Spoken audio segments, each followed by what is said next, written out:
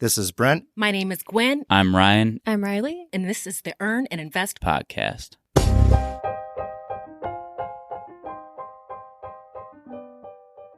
There are journeys long and short. Those that come at a great cost and others that are seemingly effortless. Journeys that we would do anything to avoid and those that we jump into wholeheartedly. Journeys we choose and those that choose us. Journeys of the mind and of the body. Today we eschew the ephemeral and talk the quite literal. What would spur you to take a journey of thousands of miles across borders and possibly oceans? To pay for travel, room, and board. To pay to come to a conference. To talk, of all things, about that which you just parted with to get here. To talk money. To talk financial independence. To live a better life. This is Doc G, and you are listening to the Earn and Invest podcast live from Chautauqua, Week 1 in Bogota, Colombia, and I'm joined by a lively group of my fellow conference attendees.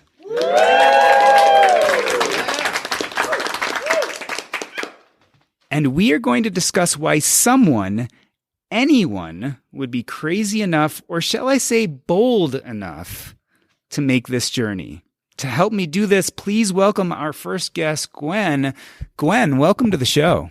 Thank you, Jordan. I appreciate the opportunity to be here. I am so excited to have you. First and foremost, is this your first Chautauqua? No, it's actually my second Chautauqua. I first attended in Porto in 2019, and then unfortunately had to sit out while we've been out in the quarantine, and I'm so happy to be back this year in Colombia for my second Chautauqua. So there are a few people who've been here twice, and I think it's really kind of interesting to talk to you because you had the experience once and now you've come back. Let's talk about this time. What answers did you come here looking to find? The FI journey is exactly that, a journey. And so if I think back to my first trip to Chautauqua, where I was financially and where I was in my FI journey was very different than where I am now 3 years later. So the questions I had in that first Chautauqua and sort of where my level of interest and engagement was very different than it is now these years. So the questions that I've come here seeking out to answer are very different. So I have seen great value in coming back a second time. And I think there will be an interesting opportunity to come back 3 or 4 years from now and ask the next level of questions that are in front of me. Tell me how the questions are different this time than the last time. Be specific if you can think about it. What do you think needs to be answered now that you're farther along the journey? Yeah, I think when I came the first time, I was on the journey and at a nice place in my accumulation. And so now I'm thinking forward around what comes after FI. So I think at the initial Chautauqua, I was sort of thinking about how to get there. And now I'm thinking about what happens after in the next phase of my life. There are a lot of people listening right now, and they hear you talking about money, but they also hear you talking about what comes after. Break it down for us. How much of what happens at a Chautauqua is talk about money itself versus how much of your time are you actually talking about life?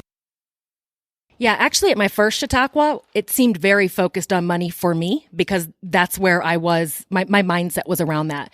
But I think at this one, and I think the whole FI community has evolved as we move more into our journey. And I would say it's a lot more around mindset, around behavior, around the journey, around what the future looks like. So I think it's disproportionately not on the financial side at this point, and it's much more qualitative than quantitative as you progress in your journey. And certainly at this point in time, I think things like your book as an example are things that, have caused us to start asking different questions. I think if you look at the earlier books in the FI movement, they were very much around sort of the financial piece. And I think as you are, what you've introduced here has made the sort of journey more deep for us all. And we're starting to ask very different questions. Whether we're financially independent yet or not, we understand that there's a bigger picture and there's so much more to life than just the money piece. Let me put you on the spot for a moment. Which was harder, figuring out how to become financially independent or now trying to figure out what to do with it? Yeah. The surprise of it all is definitely the latter. So I think the money part is sort of easy. There's great instruction around how to get there in the FI community. I think what's unknown and newer is what's after that. So I think that this part, I've made great progress this week, but I'm leaving here with a whole sort of agenda of what I need to work on as I leave this Chautauqua from a qualitative standpoint. So I think there's a lot more work that I have to do that's not so automated and not so automatic on this journey as I go forward here. So as I was talking about in the introduction, this is a journey to get here, right? It costs a certain amount of money. You have to travel a certain amount of miles. This is now your second. What do you think the lasting effect of Chautauqua is going to be on your life? So much. I think consciousness beyond a number or wealth. But I think the number and wealth was sort of the entry piece. Awareness, thinking more deeply about my life and what's important to me. I think, as people go through life and they get older, it's sort of the softer stuff versus the harder stuff that they reflect on and that they value. And so I think it's the progression from the focus on money to the focus on life. I like that. The progression from the focus on money to the focus on life. Part of that focus on life is who we surround ourselves with. Talk to me about the Chautauqua community. Who have you met and what have they meant in your life? And coming out of this one, you've met a bunch of new people. What are your expectations? Well, I can tell you after my first Chautauqua, I made a lot of great friends. And those are all folks there are many folks from that first Chautauqua that I continue to be in contact with. So a lot of us stayed very connected on Facebook and social media and outside of that. So that definitely exists. I think in the journey that we're on, it's a unique and very individual journey. And there's not a big, a lot of us find in our outside lives, there's not a lot of people that we can talk about the specifics of this journey. And so what we take forward is those people that we can have those private conversations with, those people that understand our milestones, that understand what we're trying to move toward, that understand our challenges and sort of what we're trying to get to.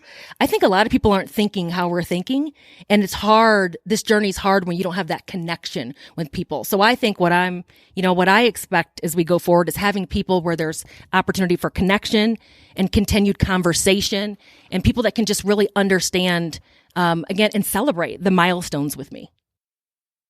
One thing that I've really learned about community, which is refreshing, is that community will challenge you. And sometimes they'll challenge your assumptions.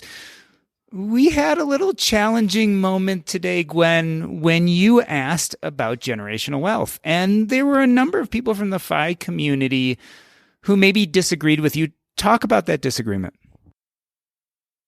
It was a great conversation, actually. So based on my background, and we all come from different backgrounds, I have underlying beliefs around what the value of my FI journey is. And part of that for me is that, and as I think about how we were taught about the 4% rule, part of that is that you're supposed to live off part of the money and you're supposed to leave the principal behind. That's supposed to still exist. So I asked the question around, how did people think about leaving that money for the next generation? And there was definitely sort of divergence across the group on how people think about their accumulation of money. Is it for themselves? Is it for their own goals? Is it for the next generation?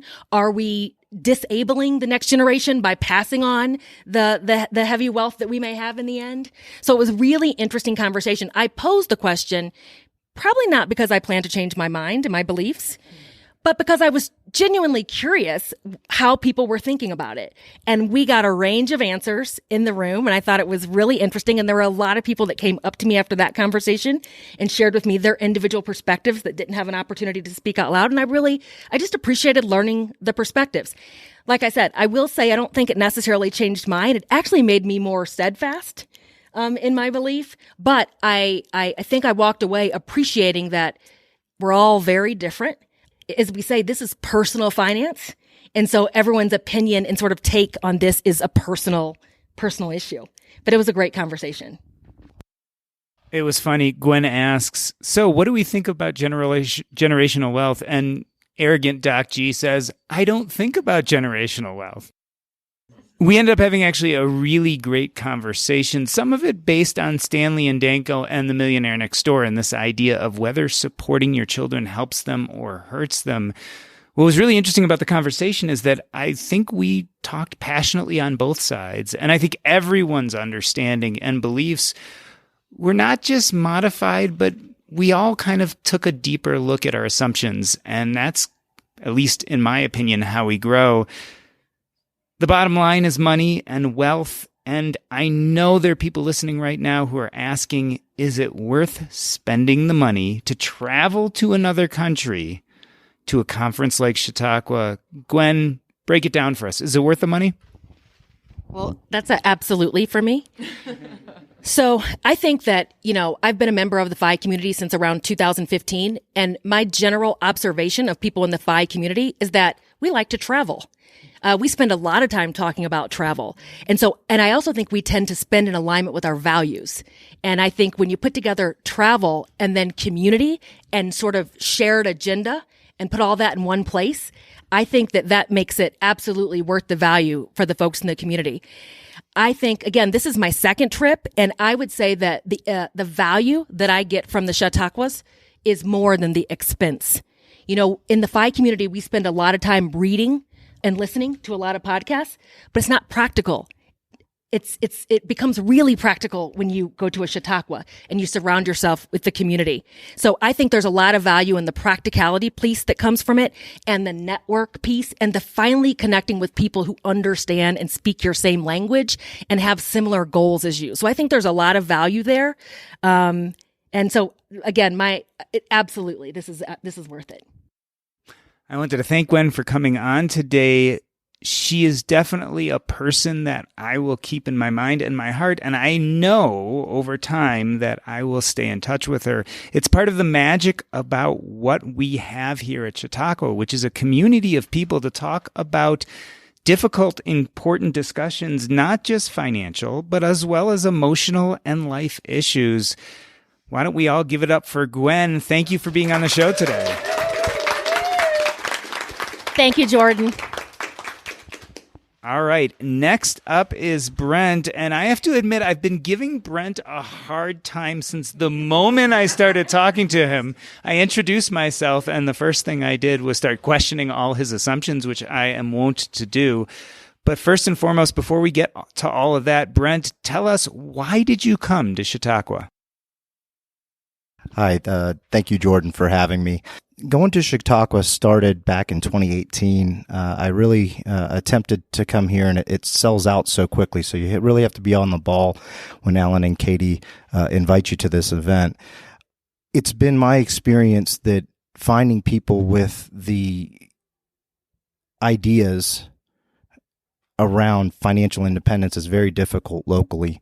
And I saw this as an opportunity to connect with the community in a way that few people get to do. It's an interesting question, right? Brent, you are a dentist. You're a successful businessman. You're surrounded by financially savvy people. You, I'm sure, have colleagues. You know other people running successful practices. Is this the kind of thing you can talk to with your dental colleagues? Could you bring up financial independence? And if you have tried it, what have been your responses? I'll say this. Dentists are not necessarily the most savvy financially. I work with a lot of young dentists, and I can tell you that they're more interested in buying fast cars, using doctor loans to buy large houses. They are not necessarily interested in putting away large percentages of their income. So it's a tough go to chat with dentists about these topics. And they're definitely not nearly as open as this community is. Now tell me, Brent, was I exaggerating when I said that I had been hard on you from that very first conversation? Why do you think I was being hard on you? Just because I'm a hard ass? Yes, you were tough with me from the first moments. But that's what you're going to get here. You're going to get tough love. You're going to get the tough questions. It's almost like you've got a weak muscle somewhere, and they're going to find it, and they're going to poke it multiple times until you are forced to face those tough questions. But they're doing it from a place of love. When you decided to come here, was there a specific question you wanted answered? Or was there a specific action you were looking for the courage to take? Absolutely, Jordan. Thanks for the question. I'm at a crossroads in my life. I run a successful dental practice, and I just purchased a building, and I was looking for some clarity on whether or not to do that. To double the size of my business in the next 5 years. I got some serious challenges to my plan.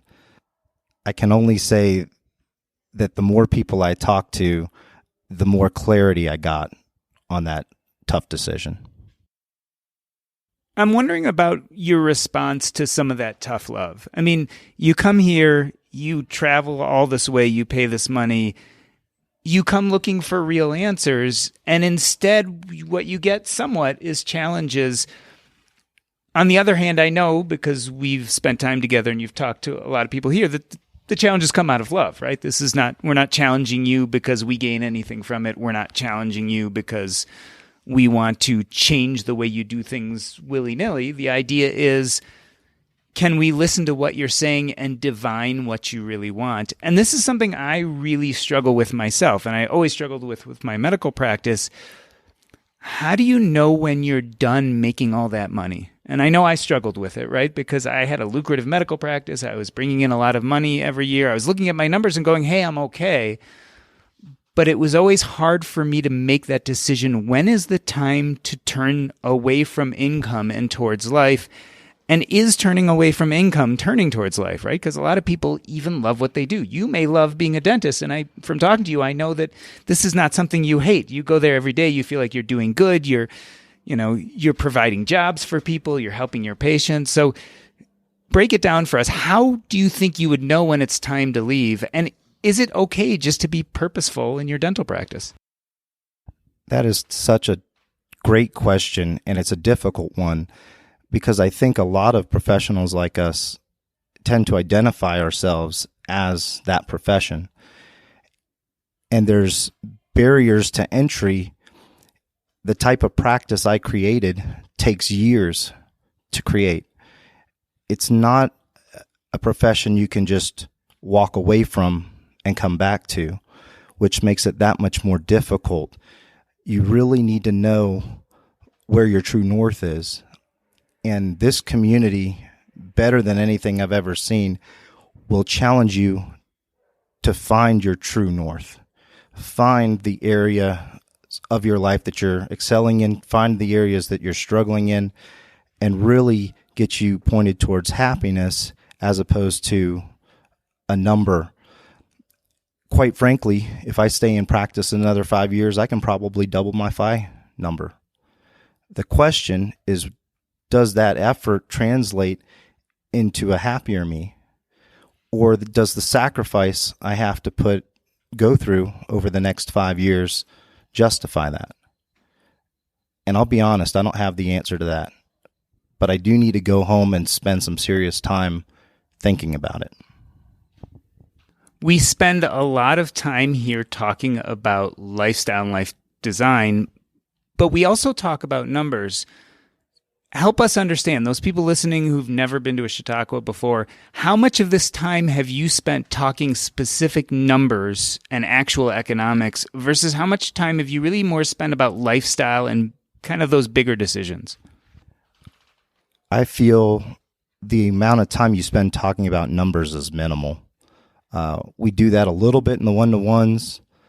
Most of the time, and don't get me wrong, people are open with where they're at. But I do think the major benefit of being here has to do with finding everybody's emotional north, finding everybody's what they're passionate about. We're going to come back to Brent in a moment, but I want to ask Gwen the same question because I think it's really important to elucidate that. How much of your time here are you really talking about specific numbers versus how much are you talking about life design and lifestyle? Yeah. I think the numbers part is easy. I think, I had an opportunity to spend some one-on-one time with the facilitators this week, and one of the closing statements that we settled on was that this is not about numbers anymore. This is about mindset. And so that became really my focus for the week. Once we close down, it becomes really, it's very easy and quite quick to understand where you are financially. Where we really spent the time is on how we settle into whatever the numbers tell us, and then what that means for how we look forward. So definitely much less numbers and much more on the mindset piece. All right, Brent, this podcast is going to follow you on the train home. It's going to get in that cab with you. It's going to walk through your front door, and this mic is going to be in your face when your wife asks, "So, Brent, how did that conference go? What did you learn?" What are you going to tell her? We're going to get in the hot tub. We're going to decide what we want to do going forward. We've got some tough decisions that we need to make, but it's all going to be focused around happiness and what we want to get out of life and answering some very tough questions. Looking back, do you wish she came with you? Absolutely. It's tough right now. We've got a soon-to-be 3-year-old at home. Her parents are actually visiting with us right now, so they're helping while I'm here. But to have her here would be great. My concern going back is whether or not I'm going to overload her with all the information that I've gathered this week. So I'm going to have to, slow things down and give it to her in pieces. Brent, one thing I've learned about you is you get value out of things, whether that be the old refrigerator left in your house or your ability to maximize your dental practice. So tell me, it all comes down to ROI, right? Return on investment. Tell me what you think the return on investment will be of you making this trip. This was priceless, Jordan. And yes, I've got a very old refrigerator that's older than Omar, one of our hosts here. I'll say this. I'm always looking for that return on investment. This was awesome.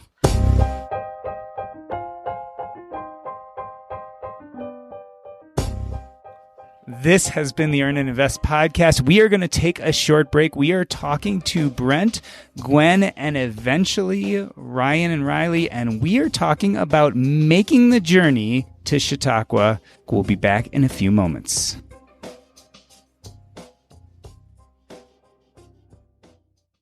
Hey everybody, I am so excited to let you know that I will be in San Diego Thursday, October 6th, and from 4 to 7 p.m. we're going to have a book launch event at BJ's Restaurant and Brew House. That is in San Diego, California. You can sign up for this event. It's a book launch party, but all Earn and Investors are welcome to come, whether you've read the book or not. Of course, there will be books to be purchased, and I'd be happy to sign them for you there. Also, if you happen to be attending the Camp Phi event, which is going to be Camp Phi Southwest, that's October 7th through 10th in Julian, California, which is right down the way from San Diego. I love to see all of you. Check us out. Go to earnandinvest.com/San Diego. Again, that's earnandinvest.com/San Diego to sign up to hang out with me at BJ's for our book launch event.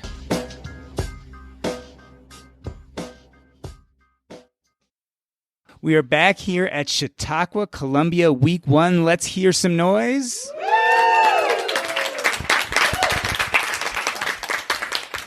And I want to welcome to the mic Ryan and Riley. They came together. Let me start with you, Riley. An uncomfortable question, but I think it's important. How old are you guys? So I am 28 and my husband Ryan is 29, soon to be 30. Ryan, tell me what scared you most about booking this trip to Chautauqua. Well, I think first and foremost is it's the first trip we've taken together that we've needed our passports when we fly, let alone going to Colombia, a country that I've only heard things about and a place I've never been, obviously. And then the cost of the trip, we're talking about financial independence and financial accumulation.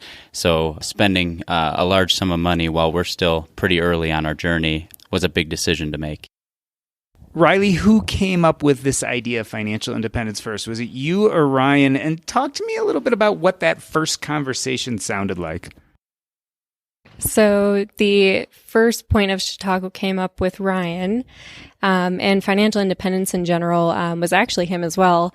I was finishing up my last semester while we lived together, and he came to pick me up one night after school. And he was like, Riley, I found this video. I have to show it to you. Can we watch it when we get home? I said, sure, absolutely. And so we get home, and it's the Mr. Money Mustache World Domination video for anybody who hasn't seen it. Highly recommend it. But he showed it to me, and I could feel his eyes like staring at the side of my face, just like watching my expressions as I watched this video. And when it was over, I turned to him and I said, so do you want to live in a van? Like I was so on board, and I went probably to the extreme. So pretty much from that point forward, we were really on the same page, but he is very much the numbers guy. He lives in a spreadsheet. He loves this stuff. So I really enjoy having him be my filter, where he can, read books and recommend what'll really, resonate with me, and then go through all these spreadsheets and explain and, kind of be my teacher in this. All right, Ryan, let me put you on the spot here. Riley says you brought this up to her and she was like, I'm on board. When are we moving into the van? I want to hear your description of that first conversation. Did she look at you like you were crazy? No, her recollection is exactly correct. So I was very nervous to bring this to her because I'm watching this video and he's like, if you can save 60%, you actually give a shit in the video. And I'm sitting pondering, how could anybody do this? But I had this excitement that if somebody has done something like this before, then I certainly can do some kind of form of this. So I got all fired up, and I literally tried my best to not act excited when I brought up the video, because I didn't want to pressure her to feel any sort of way, because coming to your partner with, hey, do you want to totally flip the way we live upside down, save a very large percentage of what we make, and possibly start to make some sacrifices, that might not go well. But yeah, she shocked me with the you want to live in a van, and I had to put the brakes on. I guess I had to throttle that one because because I want to live inside. I mean, we laugh, right? We laugh about the van life, and we laugh about this idea that once a lot of us find financial independence, we actually go maybe a little nutty sometimes and go a little too far. Riley, tell me about those first few months of working towards financial independence. Did you have to pull back? Was there a feeling of scarcity at any time? When we first were kind of introduced to the FIRE movement, it was right before the pandemic. So honestly, I feel like it came at a really good time. Funny enough, I was actually working a lower paying job at the time. I make, roughly twice as much as what I did in the past at that point.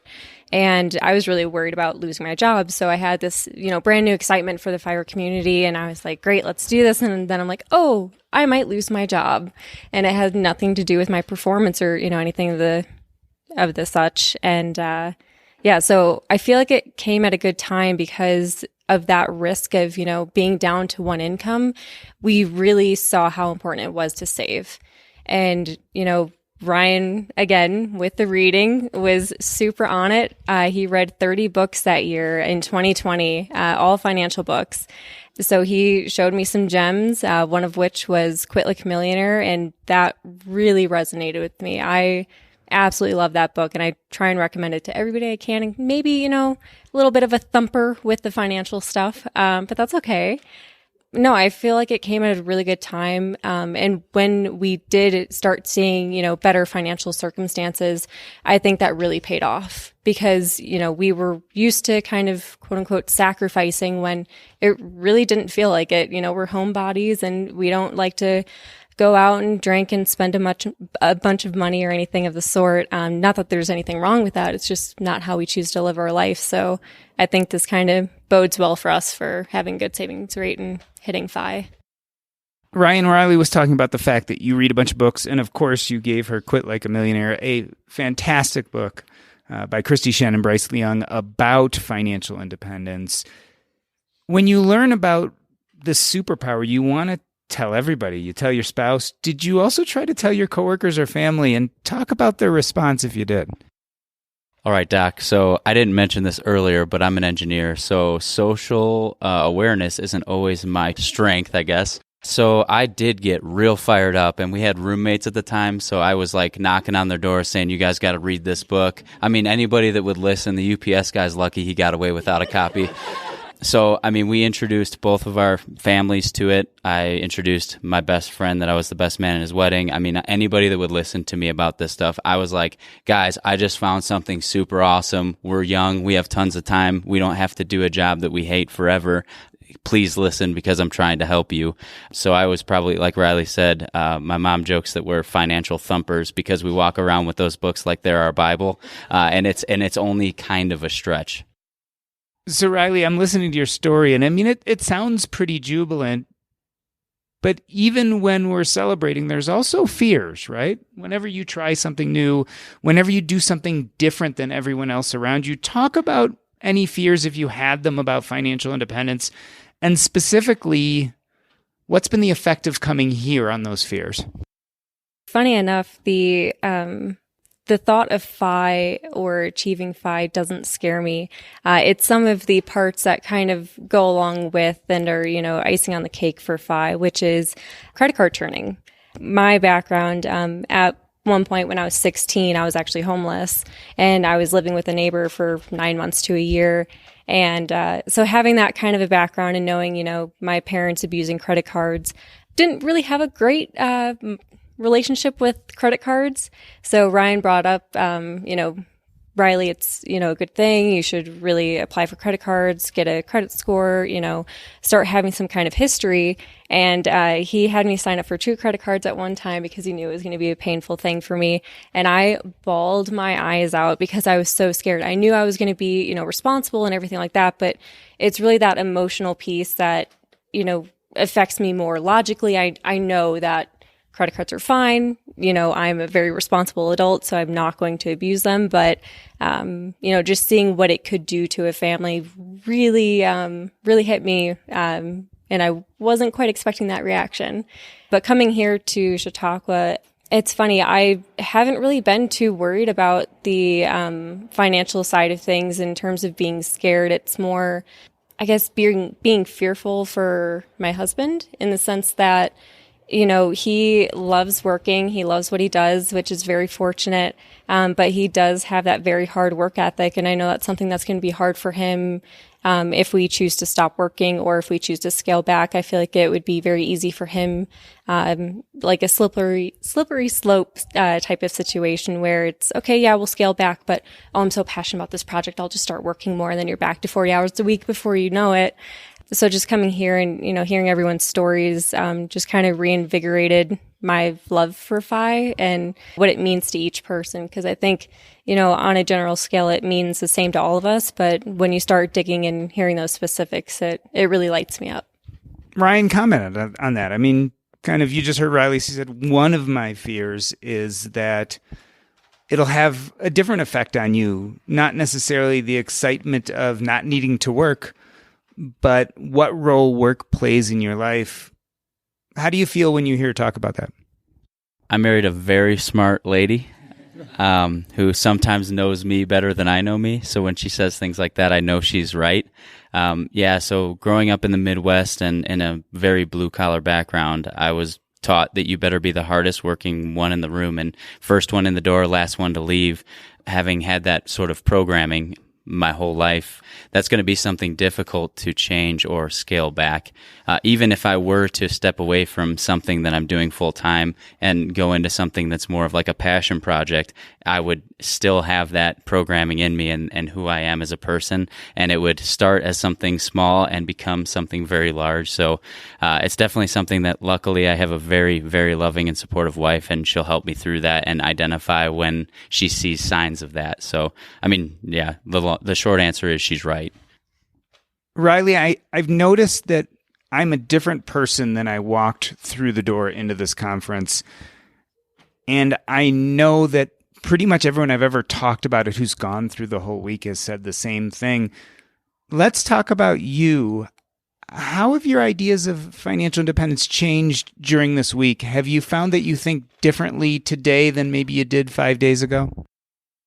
Yeah, so I feel like generally I still feel like I'm the same person in the sense that, my dreams for, retiring early and being financially independent are pretty much the same, but I almost got validation coming here that it's okay to, want these things and to have them because, I almost feel guilty at times where it's, I started from very challenging circumstances and then being in this position where, I'm 28 years old and, we're, under 5 years out from being FI if we wanted to.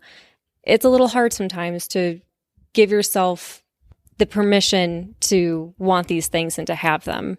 So just knowing that, you can have dreams and it's perfectly fine. There's nothing to feel guilty about. You just happen to find this, recipe for a easier life. There's nothing wrong with that. So I think leaving Chautauqua, it really reinvigorated these hopes and dreams that I've had for becoming FI and helping my family and, having and building a great relationship with my husband. Ryan, what do you think you're taking out of this week? So, Doc, I wasn't sure what to expect when I signed up for Chautauqua. The books I've devoured, the math is very simple. We've been executing, I would say, better than expected, exceeding expectations in corporate lingo. I think the biggest takeaway for me is similar to what Riley said, but with a little bit of a twist. So having a network of people who are supportive when you're feeling that guilt or that imposter syndrome of, we're nowhere near on our journey where a lot of people who are here are. And I would venture to say in the probably earliest stages of most people here. And to see the excitement and shared values and people making themselves available to be like a mentor or a friend. I mean, the amount of houses I've been invited to after this week is incredible. I think that has been the biggest unexpected surprise and the part that I'm going to leave here with is I came here with my wife not knowing a bunch of strangers and I'm leaving with what feels like family, as one of our new friends, David, said yesterday. So I want to reflect a moment on what we've heard today. We started with Gwen, a second-time Chautauquan, less worried about the numbers, more worried about the mindset, trying to figure out what a good life really looks like. Then we talked to Brent, a guy who's at a crux in his life, a place where he's not sure which direction is right in his career. What role does money play in his life? What role does work play in his life? And last but not least, Ryan and Riley, arguably at the beginning of their journey, certainly closer to the middle. And they leave here with a sense of community and a sense of maybe knowing a little bit better which path is right for them. I think this is the magic of getting together with people who are struggling with the same things that you are. I think this is the magic of Chautauqua. This has been the Earn and Invest podcast. On behalf of myself, Doc G, I'd like to thank Gwen, Brent, Ryan, and Riley. That's a wrap.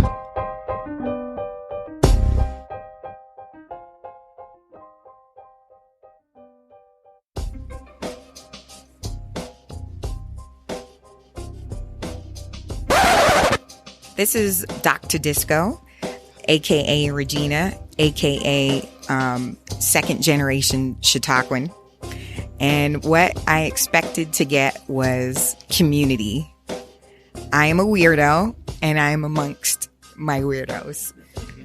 I love you all, and it just fills my soul when I come here. It is such a unique experience, and I feel open and relaxed and honest. And that's what I expected to get, and that's what I got. I am lucky enough, this is Chris, to actually have been to 2 Chautauquas. And my life is completely different as it was 3 years ago. Happily married to the love of my life. And I lost my husband in the past 3 years. And now I've got a completely different situation from both a financial and a life perspective. And to come here and be able to be honest and open and talk to people who have had life happen to them and understand where my options are and where they could potentially be. I'm mostly grateful for the fact that I've incurred such enormous generosity and love out of everybody who's actually been here, and the fact that everybody shows up with their true authentic selves, ready and willing to talk about their financial situation, their life situation, and what they want out of their lives and their futures. My name is Mary Ann, and this is also my second Chautauqua. And what I expected to get from Chautauqua was pretty much what I got, but in my mind, it just isn't as good as it actually is. 30 to 35 people in a cool international country, living, laughing, learning together. It's a blast. Hello, this is my first Chautauqua, and I really came with no expectations. What I found when I got there is people open to talk and help you through whatever challenges you may be trying to solve, whether that is thinking about the numbers. But I think, as you've heard, it's actually more about the psychological aspect of what does this actually mean when you get to a place where money doesn't mean the same thing it did before. The idea that we always trade the only finite resource that I have is time, and we go through life having to trade it for money. And now we're discussing about, well, how do I want to trade my time? And I think that's a more powerful question of what's meaningful and impactful for you. And it was all about how do all these groups of people help you answer that question. So, Gwen, this is your second Chautauqua. Talk about what you got out of it the first time, and now that you're here the second time, what you're getting out of it now and how it's different. Yeah, I think in my first Chautauqua, it was my first Chautauqua. So it was my first live introduction to the community, my first sort of deeper understanding of the financial independence journey, and sort of a very much more a beginning of the journey sort of type experience. I think this time with all the podcasts and all the reading and all of the community that I've been connected with, it's a different, more deep conversation. And in a lot of my reading, I've been sort of debating this idea of net worth versus cash flow. And I came in with the question of trying and of saying that I have net worth accumulated, but I don't have cash flow. And how do I create the cash flow? Because how can I ever, RE if I don't have the cash flow? And I think we worked through the math and sort of worked through the numbers and really understood that I could create cash flow through the net worth piece. So then we kind of got past that hurdle that was there for me in understanding what my financial position was and how I could live off my money at some future point. But then it became around this me not being challenged with accepting what you were telling me around the numbers and really understanding that that's about an underlying fear that I have, underlying security issues that I have from, being someone who didn't come from a lot. And really, we started spending a lot of time on trying to get past the mental of accept the numbers now and get over that hurdle and think about the future. So it really became a thing where we said, set the numbers aside and let's focus forward. And so I think I didn't know I was coming in with that. I thought it was just a numbers thing, but it was much more deep than that. And so I think that's what I'm taking away at the second Chautauqua.